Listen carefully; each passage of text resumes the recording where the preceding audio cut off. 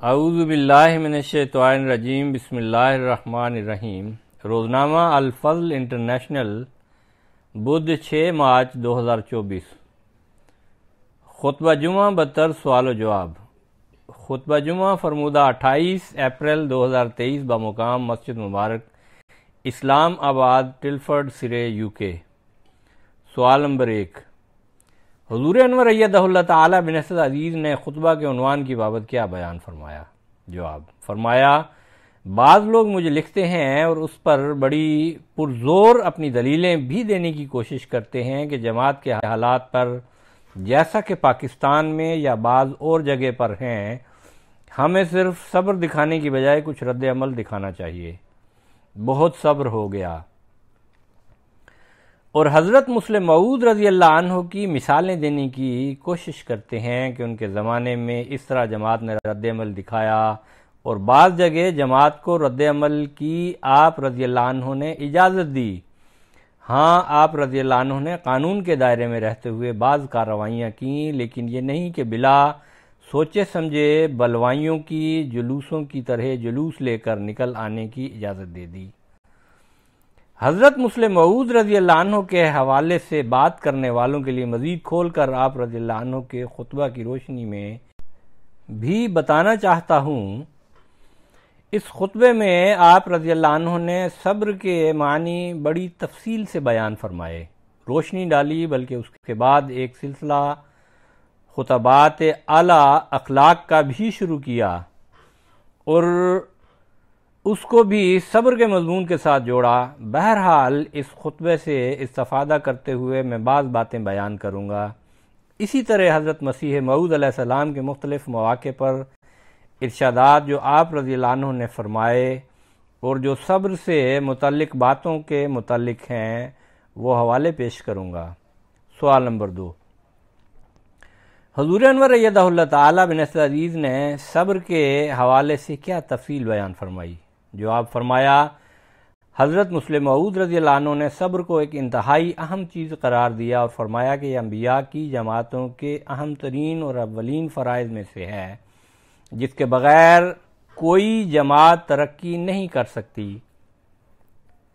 اور نہ دنیا کو اپنے پیچھے چلنے پر مجبور کر سکتی ہے، اور کوئی جماعت ایسی نہیں گزری جس نے اس فرض کی ادائیگی کے بغیر کامیابی کا منہ دیکھا ہو۔ صبر 2 طرح کا ہوتا ہے۔ ایک صبر یہ ہے کہ انسان کو کسی رد عمل کی طاقت ہو اور پھر وہ صبر دکھائے، اور دوسرے اس وقت صبر ہے جب اس کو مقابلے کی طاقت ہی نہ ہو، وہ صبر ہے مجبوری کا صبر۔ طاقت ہوتے ہوئے تو صبر یہی ہے کہ فتنہ و فساد کرنے والوں کا یا ظلم کرنے والوں کا جواب نہ دینا، جیسا مخالفین سلوک کر رہے ہیں اس طرح کا رد عمل نہیں دکھانا، اور انتہائی صبر کا اللہ تعالیٰ کی خاطر مظاہرہ کرنا۔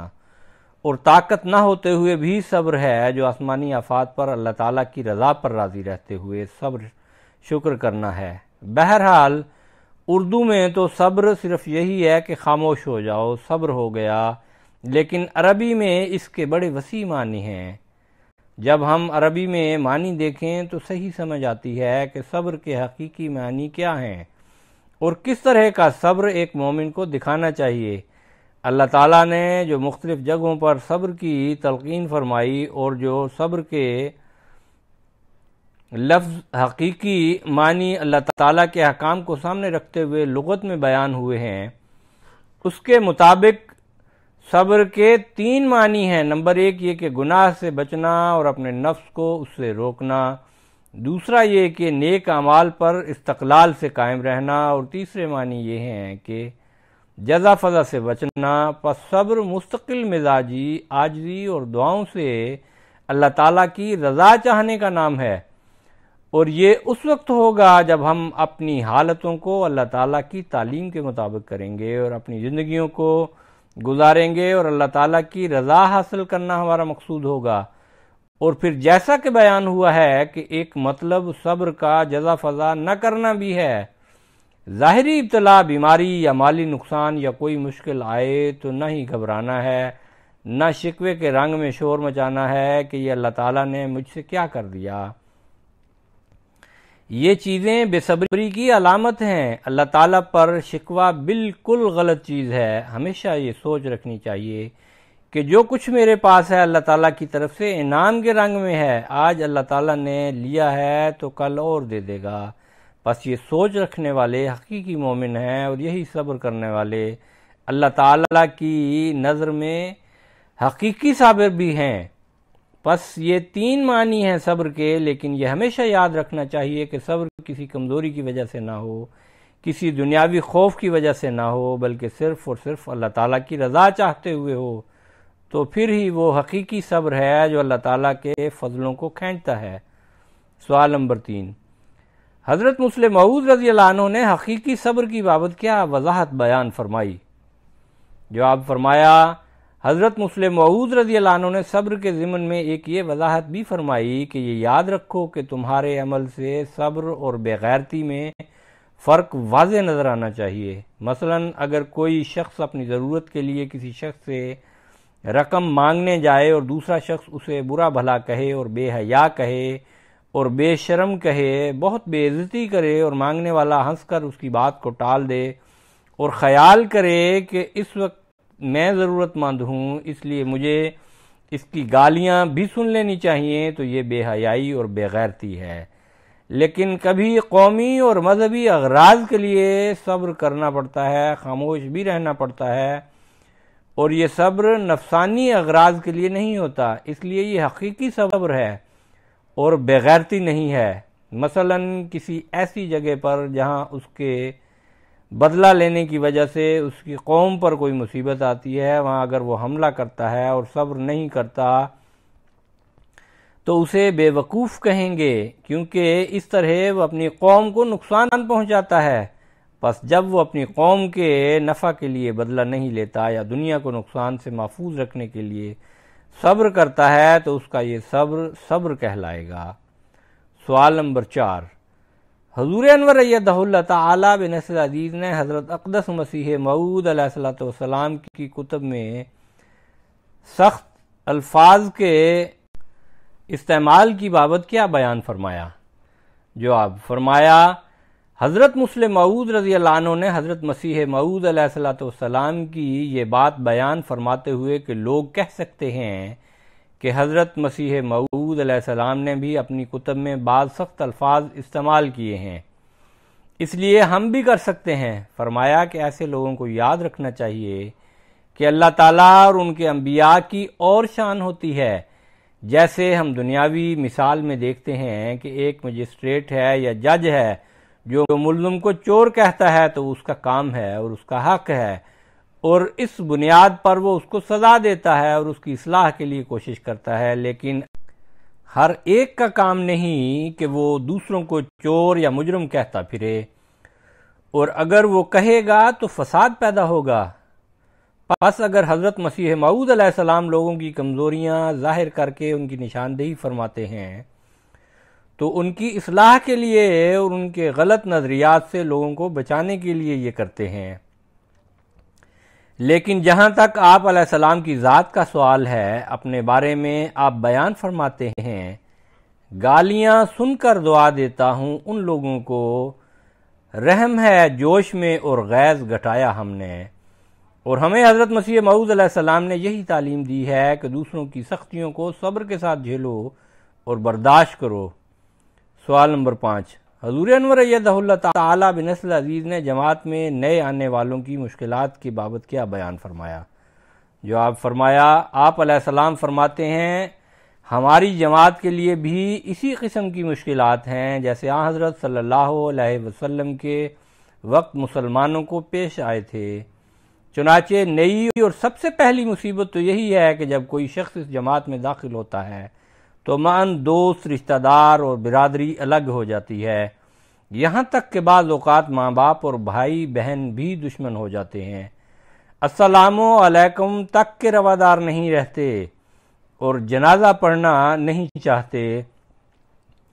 اس قسم کی بہت سی مشکلات پیش آتی ہیں۔ فرمایا، میں جانتا ہوں کہ بعض کمزور طبیعت کے آدمی بھی ہوتے ہیں اور ایسی مشکلات پر وہ گھبرا جاتے ہیں، لیکن یاد رکھو کہ اس قسم کی مشکلات کا آنا ضروری ہے، تم انبیاء و رسل سے زیادہ نہیں ہو، ان پر اس قسم کی مشکلات اور مصائب آئیں، اور یہ اسی لیے آتی ہیں کہ خدا تعالیٰ پر ایمان قوی ہو اور پاک تبدیلی کا موقع ملے، دعاؤں میں لگے رہو۔ پس یہ ضروری ہے کہ تم انبیاء و رسل کی پیروی کرو اور صبر کے طریق کو اختیار کرو، تمہارا کچھ بھی نقصان نہیں ہوتا۔ وہ دوست جو تمہیں قبول حق کی وجہ سے چھوڑتا ہے وہ سچا دوست نہیں ہے، ورنہ چاہیے تھا کہ تمہارے ساتھ ہوتا۔ تمہیں چاہیے کہ وہ لوگ جو محض اس وجہ سے تمہیں چھوڑتے اور تم سے الگ ہوتے ہیں کہ تم نے خدا تعالیٰ کی قائم کردہ سلسلہ میں شمولیت اختیار کی ہے، ان سے دنگا یا فساد مت کرو، بلکہ ان کے لیے غائبانہ دعا کرو کہ اللہ تعالیٰ ان کو بھی وہ بصیرت اور معرفت عطا کرے جو اس نے اپنے فضل سے تمہیں دی ہے۔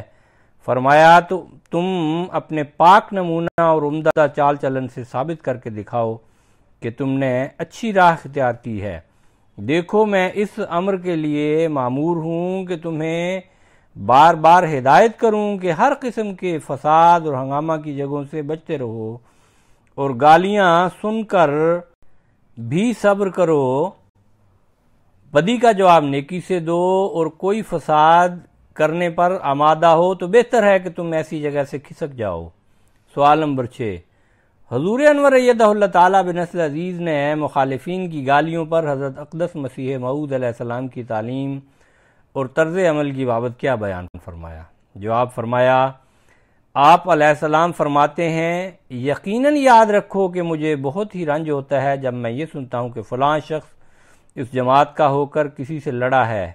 اس طریق کو میں ہرگز پسند نہیں کرتا، اور خدا تعالیٰ بھی نہیں چاہتا کہ وہ جماعت جو دنیا میں ایک نمونہ ٹھہرے گی وہ ایسی راہ اختیار کرے جو تقویٰ کی راہ نہیں ہے۔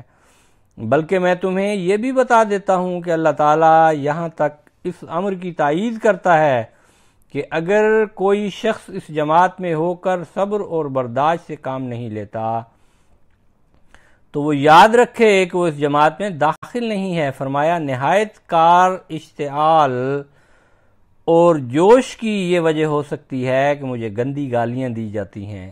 یہی تمہیں جوش آتا ہے نا؟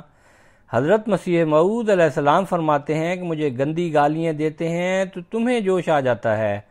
فرمایا کہ تو اس معاملہ کو خدا کے سپرد کر دو، تم اس کا فیصلہ نہیں کر سکتے، میرا معاملہ خدا پر چھوڑ دو۔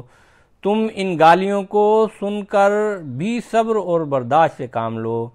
تمہیں کیا معلوم ہے کہ میں ان لوگوں سے کس قدر گالیاں سنتا ہوں؟ اکثر ایسا ہوتا ہے کہ گندی گالیوں سے بھرے ہوئے خطوط آتے ہیں اور کھلے کارڈ میں گالیاں دی جاتی ہیں، بے رنگ خطوط آتے ہیں جن کا محصول بھی دینا پڑتا ہے، اور پھر جب پڑھتے ہیں تو گالیوں کا تو مار ہوتا ہے۔ فحش گالیاں ہوتی ہیں کہ میں یقیناً جانتا ہوں کہ کسی پیغمبر کو بھی ایسی گالیاں نہیں دی گئی ہیں، اور میں اعتبار نہیں کرتا کہ ابو جہل میں بھی ایسی گالیوں کا مادہ ہو، لیکن یہ سب کچھ سننا پڑتا ہے۔ جب میں صبر کرتا ہوں تو تمہارا فرض ہے کہ تم بھی صبر کرو۔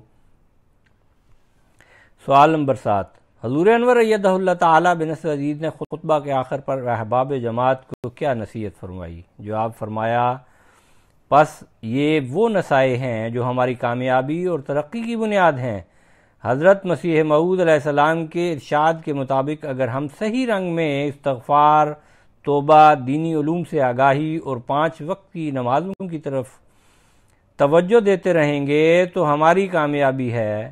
دشمن جتنا شور و فغام میں بڑھ رہا ہے اتنا ہی ہمیں اللہ تعالیٰ کی طرف زیادہ جھکنا ہوگا، یہی ہماری کامیابی کا راز ہے۔ اسی کی حضرت مسیح موعود علیہ السلام نے بار بار تلقین فرمائی ہے، نہ کہ کسی قسم کے رد عمل دکھانے کی۔ ہماری کامیابی بہرحال مقدر ہے، جیسا کہ آپ علیہ السلام نے فرمایا، انشاءاللہ۔ ہاں، یہ بات یاد رکھنی چاہیے کہ حکمت سے ہم نے اپنے کام کو بھی جاری رکھنا ہے۔ بہت سے کام حکمت سے ہو سکتے ہیں، اس لیے حکمت اختیار کرنا بہت ضروری ہے۔ اگر ہم احمدی اپنی اس ذمہ داری کو سمجھ لیں تو بہت سے مسائل کا حل ہمارے رویوں اور دعاؤں سے نکل سکتا ہے۔